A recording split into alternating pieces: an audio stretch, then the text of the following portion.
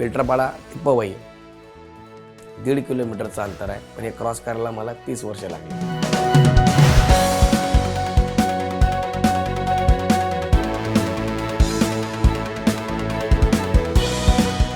झोपलेलो असताना आम्ही सगळे असे बघायचो की जोरात पाऊस आला, वारा आला की असं वाटायचं आता काय खरं नाही आपलं.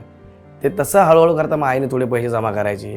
मग 1 भिंत बनव, मग थोडे पैसे जमा कर, 2 भिंत बनव, असं करता करता करता ते छोटंसं घर तयार झालं होतं.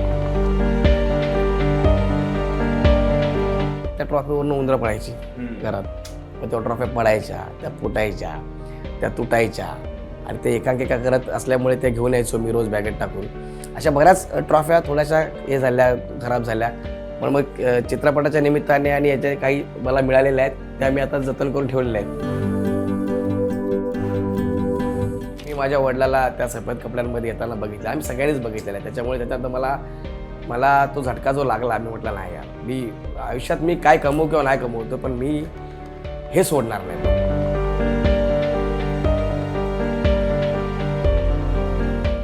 तुझं लग्न झालंय का? लोकांना सांगून टाक. काय बाबा की लग्न झालंय का, की ते प्रतीक्षेत आहेत, आम्ही प्रतीक्षेत आहोत, काय नेमकं झालेलं आहे ते? तुम्ही प्रतीक्षेत आहात, याचं उत्तर तुम्हाला मिळेल लवकरच.